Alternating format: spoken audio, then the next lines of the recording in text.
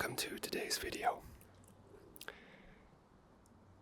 I am going to replace some parts on my bike and add some new parts. So, just a quick breakdown, if I remember correctly. New hub guards. These are the hub guards, kind of are like these shields that go over them and protect them from like impacts and scratching and damage when you're doing grinds on your pegs. And my pegs I'm going to remove and replace the peg sleeves, so they're metal inside and they're plastic outside because it slides better and it does less damage to the obstacles that you're grinding. So these ones are pretty worn down now. So I've got some replacement sleeves, plastic sleeves. So I'm going to swap those. I've got tyres. I love these tyres, but the tyres that I ordered I love even more. So I'm going to put them on, see how I feel about them. I may end up putting these ones back on again and saving the other ones I've got for future setups. I'm gonna swap the seat for another seat I already have because I just don't think the red goes very well with the green-brown combo. And I've got a seat that is kind of like a mixture of browns and greens. And I'm gonna change the grips on the handlebars because they are, the one on the left side, the side nearest to you, is torn. The grip is torn.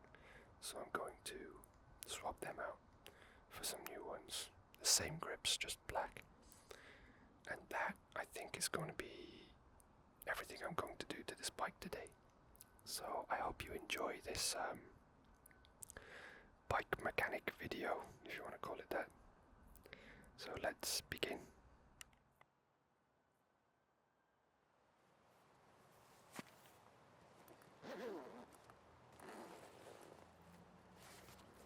So in my handy little tool bag that I bring everywhere with me, this is like my portable tool bag. I have these tubes, I don't need those, I'll put them down. First thing I'm going to need is my ratchet set to remove the wheels.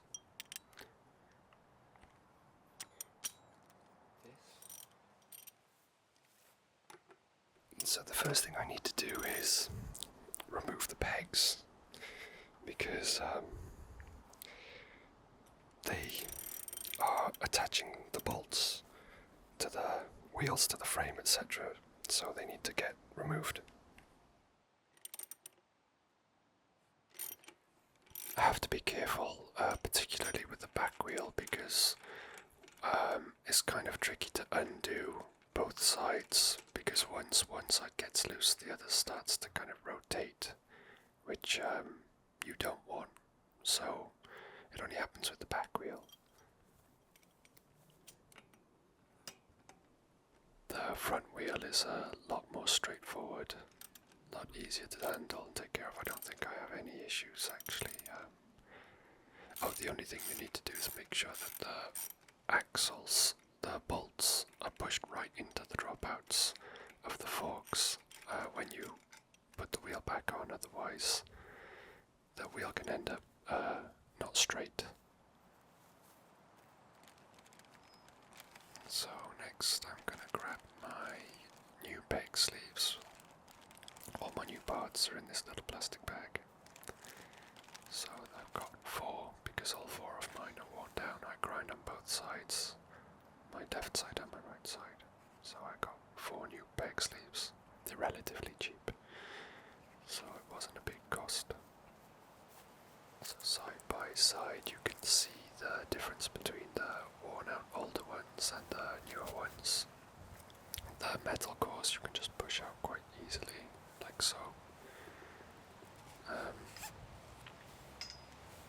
You can also see on the tops of the metal pegs that where I've worn down the old sleeves so much, the metal has started to make contact with grind surfaces and get worn down. So these new peg sleeves are just what I need.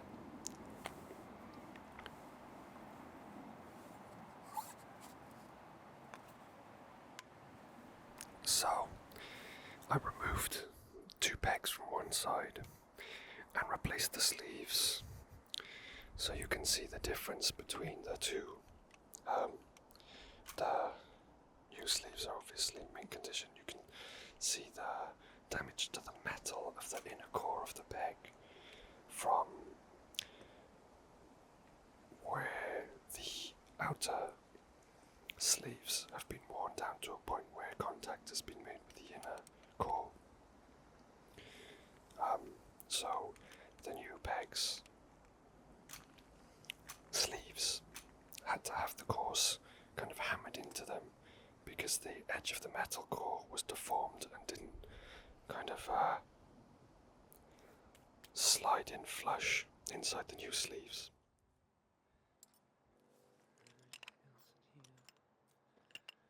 Next tool I'm going to need is my chain breaker. I think I got this one on Amazon. I've had a bunch of chain breaker tools in the past. Ironically, they break a lot. This one's been good so far, so fingers crossed, touch wood. I don't break it. I don't know if you can notice, but this one pin here is silver and the others are black. This is my master link. When you are breaking a chain, you should, and relinking it, you should always aim to break and relink the same pin, which is usually a master link, and it has like a different shape, or it's got less fluted ends, so it can attach and detach more easily from the links. I need to take the chain off because I've got a custom modded chain tensioner fitted I made myself, which means that it's basically impossible to take the rear wheel off without taking off the chain first because it's just too tight. And the reason I want to take off the rear wheel is because I want to replace the hub guard that's on the hub itself with an overguard that doesn't go on the hub, but it actually goes on the outside of the frame dropout and protects both the hub and the frame at the same time. And the only way to get that hub guard off is to get the wheel out, and the only way to get the wheel out is to take the chain off, and that is where we are now. I don't know if you can see, but the pin is pushed almost all the way out of the link, but left so it isn't pushed fully out of the last plate. If you push it all the way out, then you're going to have a really hard time getting the pin back in again, so you should use the chain breaker to push the pin all the way until it's almost completely removed, but still in the last link. Here is my little custom chain tensioner. It's just a piece of axle that I cut and shaped to the groove of another axle so it's not rounded. And I'm just going to remove this peg from the back wheel quickly to show you the old hub guard that I'll be replacing with an overguard. Overguards and hub guards obviously have a slight difference to them, but that one's quite worn. The overguards will actually go over the dropouts rather than just over the hub. So you can see here that the dropout, the silver part between the peg and the wheel is exposed so it can get grinded on. But with an overguard, it will be covered and so it won't get ground down, so it kind of protects the forks and it improves the grinding experience. Okay, so I've got both the wheels off. I've taken the pegs off, and I've, sorry, let me face you. So I've taken the wheels off the pegs off, replaced the peg sleeves. Chain is off so I could get the back wheel off. Sod's Law, that cool little chain tensioner mod that I was showing you earlier, has fallen into the grass. That's why you shouldn't work on your bike on grass. So I'll probably never ever find that, even though it took me a really long time to make. And was really good, actually very, very effective. I might accidentally happen upon it, but I'm not going to spend hours and hours pulling through grass. It could have like bounced and flipped off in a totally different part of the garden. Anyway, it's gone. The wheels are off. Yeah, I've got all my pegs here, new sleeves on, ready to go on. Now I need to deflate the tyres and put the new tyres on, which is quite difficult.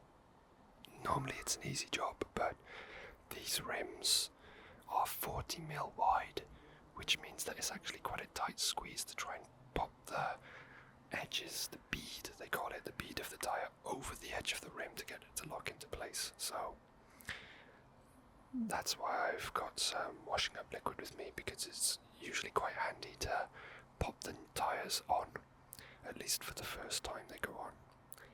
So that's what I'm going to do now. It's hard to come by good tyre levers, but these ones have not broken for me yet. So I got these ones from Amazon. Here are the new tyres I'm going to be using. They are Eclat Ty Morrow tyres. He doesn't ride for Eclat anymore, but those are his signature tyres. They're highly rated, well liked by many. And the other tool that I'm going to need, I'm just going to need an Allen key from my Allen key set to help push the pin on the inner tube valve so I can release the air from the tube before removing the tyre. So I'll start with the front wheel first. Just going to undo the valve, and I'm going to use an Allen key or a hex wrench to push on the valve pins to release the air. These are like these super light tubes made of TPU instead of butane or butylene or whatever it is. Regular tyres inner tubes are made out of, and they deflate really slowly, something to do with the valves, I guess. Anyway, let's start deflating this tyre. These are some lightweight tubes I bought from one of those Chinese sites like Alibaba or AliExpress, I think. AliExpress. They're TPU tubes. They're usually very expensive if you buy them brand name ones from Western shops, but they're cheaper and you can get a discount if you buy multiple. The only issue is the air seems to not want to come out of these tubes. It's something to do with the tightness of the valves or something, but it takes a long time for the air to get out of these tubes. Okay, so I've got as much air out as I can get for now. I'm going to use these tyre levers to pop this one off. Hopefully swapping the tyres over will be hopefully a stress-free job this time, because it hasn't been in the past. So we'll just have to find out now. Because of the reluctancy of the inner tube to release the air, it's actually kind of difficult once the tyre is off to actually grab a hold of the tube and get it out properly, because it's still got so much air in it, as you can see here. Once it's out, I can use the Allen key to pinch the valve again and give the tube a kind of squeeze to get a little bit more air out, because it's going to be difficult to get the tyre back on if the tube is inflated as much as it was when it came out. So getting a bit more air out of it before I put the new tyre on is essential, actually. I tried doing it before when it was still partially inflated, and I absolutely could not get the tyre on. So I've never tried to, I mean, this is the first time that I've used put these Eclat tyres on these rims. These rims are particularly hard to get tyres on because they're 40mm wide, and the fact that they're that wide means that getting the bead of the tyre pressed all the way around it is more of a stretch than if it was a narrower rim. So, like I said, I've not done it with these before. I don't know how hard it's going to be. I'm hoping not as hard as other tyres in the past, like the Animal GLH tyre was quite a skinny tyre, and that was very difficult to get onto the rim. The Colt Corey Walsh pool tyre is a wide tyre, but for some reason it was really difficult to get on. But a nice surprise when putting these tyres on. I don't know if it's because of the strange deformity to them, actually accidentally ended up helping me, but they went on really easily, so that's I'm very grateful for that.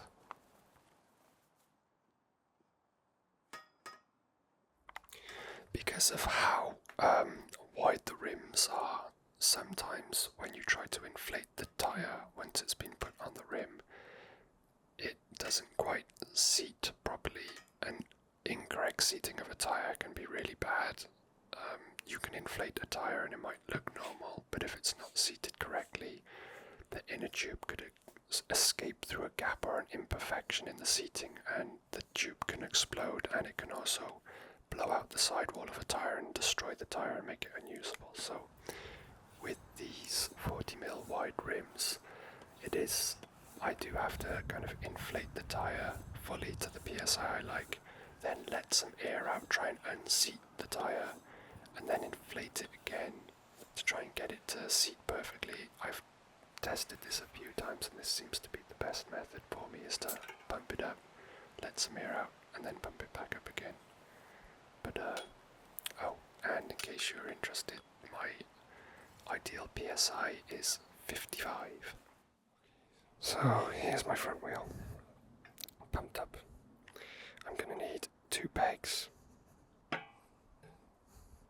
that have the correct sized holes, including the bolts for this wheel that are already in there and ready to go, and my new hub guards, which I shall fetch now, the front ones. So these will go outside the dropouts, so they'll protect both the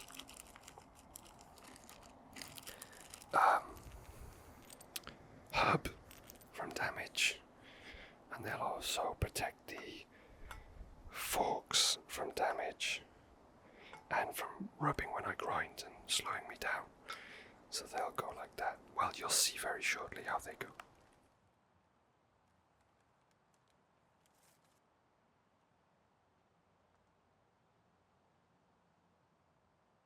There's a million different ways you can put your pegs and parts onto your wheel and then onto your bike, or however you want to describe it.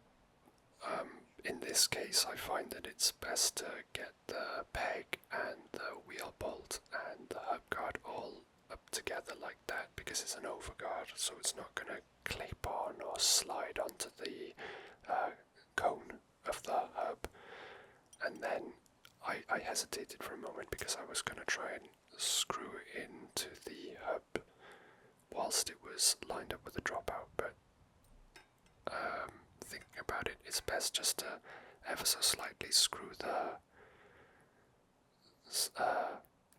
pegs, hub guard and bolt into the hub shell just a little bit on both sides, so they're already attached, but also leaving a large enough gap that I can then slide the whole thing, over guards included, over the dropouts of the forks.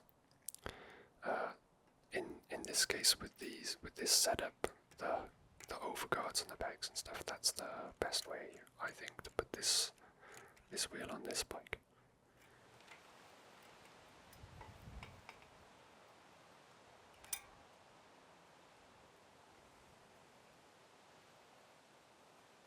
They're just going to remain hand tightened for now, but there you can see how the hub guards cover the dropouts and also the hub. There is a small gap between the wheel and the hub guard itself, which feels bigger than it should be, to be honest. I'm not thrilled about that, but it should be fine. from the angle of this, whenever I lock onto a ledge of any sort, it should push and slide. The bike should slide and lock into this position here, so I should be fine. Okay, so I'm about to reattach that chain looped through the frame before I put the rear wheel back onto the bike. I have looked and looked and looked in the grass for that little metal piece and I can't find it, so I am without my chain tensioner mod, which makes it easier to put the rear wheel on, but also is very disappointing. Anyway, let's get on with putting this chain back together again using the chain tool. Surprisingly, the pin, the master link pin, just slid pretty much all the way through the links and out the other side, which has never happened to me before. To be honest, I'm a bit dubious of that because it makes me think that the tolerances are off and everything isn't tight and nice together, but we'll find out when I take it for a ride and see if my chain snaps and explodes on me. I'm hoping it just means that it's well manufactured, not that it's poorly manufactured. But you can see there that was a pretty smooth installation without any issues, which is surprising when it comes to bike building.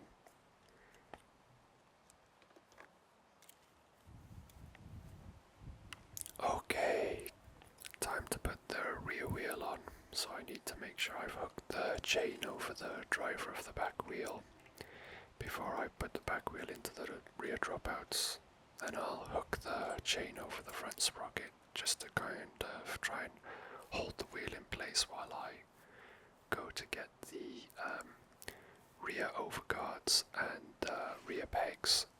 This goes together slightly differently to the front wheel because the front wheel has a female axle, which means that the bolts are threaded and thread into the axle, and the rear wheel has a male axle, which means that there's just a more traditional bolt that I've already dropped inside that peg. So here's the overguard. It's slightly bigger than the front one because it needs to clear more mechanical parts.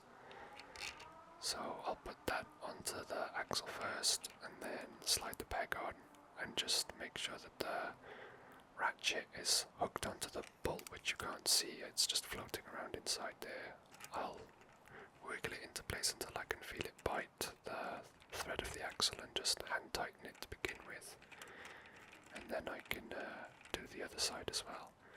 Once it's all on, I'll need to kind of tilt and adjust the angle of the hub guards to make sure they're actually protecting the areas they're supposed to protect, because they do rotate slightly, and if they rotate too much in one direction, then they can leave the chain and the dropouts of the bike exposed, and we don't want that. That defeats the purpose of having them in the first place. So the hub guard for the non-drive side is completely identical to the hub guard for the drive side.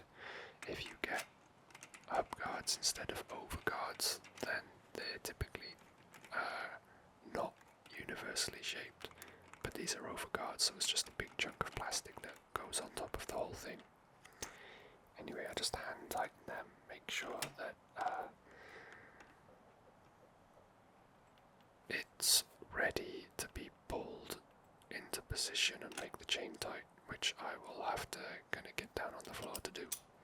Again, there's lots of different techniques for this method of making sure that you've got good tension on your chain. Some people like a slack chain. I absolutely do not like a slack chain. I like my chain to be quite tight. So this is the method that works for me. I just push my feet up against the cranks, grab the wheel with one hand, and pull it as hard as I can whilst tightening the drive side peg. You can see I keep stopping here. I have to kind of micro adjust the position of the hub guard because it's rotating. When I'm trying to tighten up the bolt, it's rotating the peg and the hub guard as well. So I need to make sure it doesn't rotate too much and push into the chain. So once the left side, sorry, my drive side is my left side. Once that's tightened up enough and I feel like the chain has good tension, what I'll then do is undo the right side completely and then tighten it up again, because you only really need to adjust one side and make sure that the chain is tight on your drive side and it's in the position you want. And when you tighten up the non-drive side, the wheel will naturally, as you tighten it down against the frame dropout, it will naturally push into a straight position unless there's something wrong with your wheel to begin with. That's what will happen. So you don't need to pull both sides of the wheel and tighten the bolts specifically to get the wheel straight. It should straighten up on its own.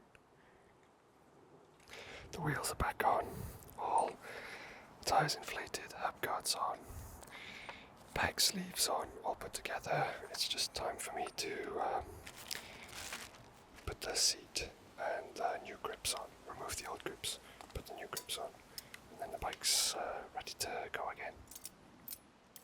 I use a multi-tool I've got to give me extra leverage with this Allen key, because otherwise I won't be able to turn it hard enough to undo the seat.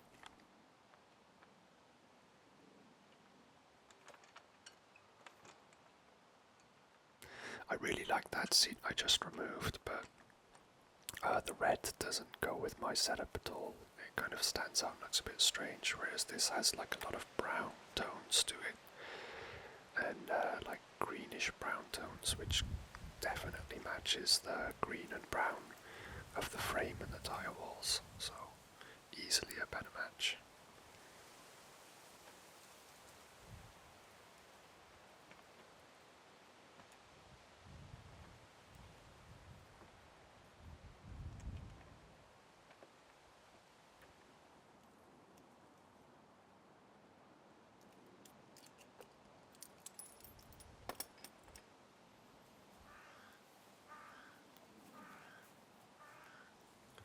Finally, I am going to swap the grips. These are Eclat Octagrips. They have an octagonal profile rather than a circular profile, which actually kind of fits the hand a lot better. And the Eclat bar ends are really nice. They're these kind of threaded ones that expand when you do the screw up. So it's just a case of removing the old grips now. So I need the Allen key to undo the bar ends first. How the bar ends work is you slide them in, and there's a plastic wedge, and when you tighten up the bolt, it slides down into that wedge and makes the wedge expand against the inside of the handlebars. There's lots of different ways to remove and fit grips. Some people try and boil the grips to make them softer and make them expand. I've done that in the past. I like to use WD-40, that's probably one of the most classic ways. The only thing I do that's maybe a bit unique in my case is I have an old chopstick that I keep with me in my tool bag, which I slide down and then pull up to create a gap that I then squirt the WD-40 into, and then I can use the chopstick to kind of slide it down and allow the WD-40 to seep closer to the end of the grip, and then it comes off really easily at that point. My old grips are exactly the same as the new ones, just a different colour, and one of them had a tear in it. So I like to just pinch closed one end of the grip and then spray WD-40 inside. I don't think I put enough in then. I think that's going to be too grippy and not slide on very well. Some people like to just raw dog their grips on and just use brute force, but I've seen people with literally blisters that are bleeding on their palms from trying to do that, and I don't know if there's a manliness prize that gets handed out, and there's drones flying around in the sky all secretly watching men to see how manly they do things, but I'm not really interested in winning that prize. I prefer to work more efficiently if possible. The WD-40 will soak into the grip and dissolve. So even though the grips will slide on and seem very loose, less than 20 minutes after the grip's been fitted, they'll be grippy to the handlebar. They won't slide around and give you throttle grip, as it's called. So, yeah, for anybody who enjoys someone using a firm grip to slide along the shaft of an item, object, part, enjoy the show. I just need to wipe off the excess fluid. I'm sorry that this has gone in this direction. I need to wipe off the excess fluid with a paper towel. Otherwise the bar end's gonna slide around and rotate and not grip properly. And there you can kind of get a good view of the bolt that screws in to the wedge inside the bar end, which makes the wedge expand inside and holds the bar end in place properly.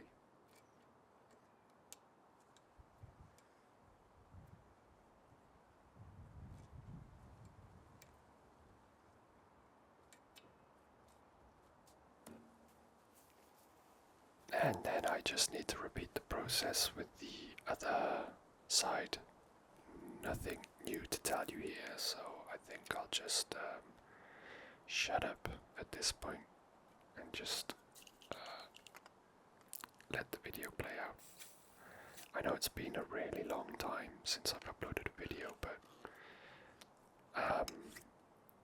yeah, I have no reasons or excuses. I made this video because I wanted to and had the motivation to. Most of the time I don't have motivation to make an ASMR video anymore. I think the only reason I made this one is because I was cleaning up my office space and saw my camera in the camera bag and opened it all up and took a look at it and thought, I should use that to do something. And my initial thought was go out filming with my friends and make a BMX video. And then the moment coincided with the fact that I'd ordered parts of my bike, so I just thought I'll do that. So it really is as circumstantial as that. I don't really have any major drive, particularly to record anything, other than completely circumstantial moments in time. But here it is. So, the bike is put back together now, ready to ride. Hopefully I can test out the new setup Friday or on the weekend soon. But that's it for this video. I hope you enjoyed watching, and I hope it was relaxing. I'm gonna have to add a bunch of voiceover to fill in some blanks in the edit, because a lot of the recording time spent in the garden here has just been setting up shots for the maintenance and replacement of the parts without me actually doing any talking. And my channel, I don't believe it's frequented for people that like no talking videos, so that's not going to be any good. I'll figure it out in the edit anyway. But thank you for watching, and I'll see you all next time. Goodbye. Take care. Wish I could find that bloody fucking son of a bitch piece though. That would have been good. My perfect little chain tensioner. Rest in peace.